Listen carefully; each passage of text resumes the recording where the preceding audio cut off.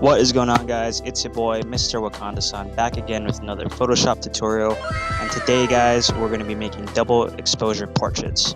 So basically a double exposure portrait is a portrait of a person with another image superimposed on them, kind of like this right over here. And I feel like the best model to use for my example, right, is the coolest character in Game of Thrones, Cersei Lannister.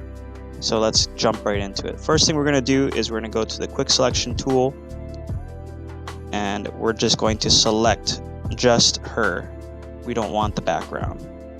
Just like this.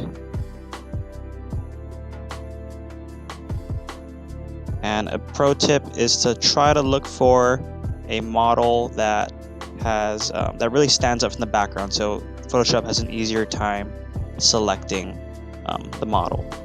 Before I move on, we're going to do one more thing. We're going to feather the selection, and what this is going to do is it's going to make the selection outline a little bit softer, so we won't get any jagged, harsh edges. So to do that, we're going to right click and hit feather right over here. We're going to feather it by 5 pixels. That's a little bit too much, but that's okay for us. Now what we're going to do is we're going to make a layer out of the selection we just made. So to do that, we're going to hit Control J, and we can go ahead and delete the old layer, just like this. Now, before we move on, we're going to desaturate this because we want the picture that we're going to superimpose onto Cersei to pop. So to do that, we're going to go ahead and go to Image, Adjustments, and we're going to go to Hue and Saturation. And this is different from this is different from adjustment layers because this will affect the layer that you are currently selected. This is not something like a layer that you can put over other layers, for example. So what we're going to do is we're going to go ahead and lower the saturation just like that. And so we desaturated Cersei. Now we're going to go ahead and put an image that we want to superimpose her over. Superimpose onto her, and that of course is the iconic scene right from season 5, I think, or 6, whatever, doesn't matter. Game of Thrones has ended and the finale was trash. So what we're going to do is we're going to drag this tab out and we're going to drag it right onto Cersei, just like that. And so we want to be able to place it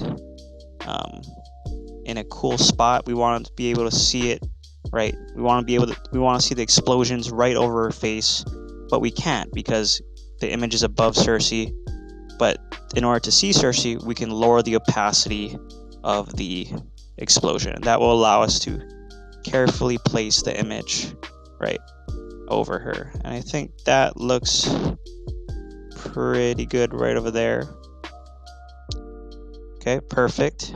Now we can raise the opacity, and now we're going to load the selection that we made of Cersei by hitting Control click over the thumbnail of her portrait layer, just like that. And now with this layer still selected, the superimpose image, we're going to go ahead and hit the vector mask icon right here. It kind of looks like the Japanese flag. So we're going to add a layer mask just like that, and it will superimpose the image, but we're not done yet. Second, we're going to duplicate the portrait layer by hitting Control J one more time and putting this layer above the superimposed layer. So it'll bring Cersei back. Now that we've created a vector mask, a layer mask for the duplicate portrait layer, we're going to go ahead and go into our brush settings, and we're going to lower the opacity of the brush to around 50%. 50 to 60 should be fine. We're going to go into the brush settings, make sure it's at 0 hardness, yes, just like that. And now we're just going to start painting in the image, right? And this will allow us to see the superimposed image just like that, but it's not going to be too harsh because we lower the opacity of the brush. So if we want to add the portrait layer back in, say if we mess up, we go over her face too much like this, we can just switch to our white brush and just paint the portrait back in, just like that. And so we kind of see a little bit of the original portrait, the original selection portrait that we made, so we can go ahead and hide that. And yeah, that's about it, guys. Before we finish off, we want to add a nice background. We don't want a transparent background, so we're going to create a new layer by hitting the new layer icon and going down and putting it below everybody, just like this. So we want a really cool background, and to do that, we want colors that match. So what we're going to do is we're going to go to the paint bucket tool. You can also use the gradient tool for this, and we're just going to select for a color that's in the image. Let's go for something like this, like a green that matches that matches the explosion, and we're just going to paint bucket in the background. And that's pretty much it, guys. This is an easy Photoshop tutorial that anybody can do. Even my dog Jojo can do it. So don't forget to like, favorite, and subscribe. Smash that notification bell, right, so you get notifications when I upload. And buy my merch, of course. This is not sponsored by Dollar Shave Club, but hopefully that they will sponsor me. Good luck photoshopping out there, guys, and have a great day.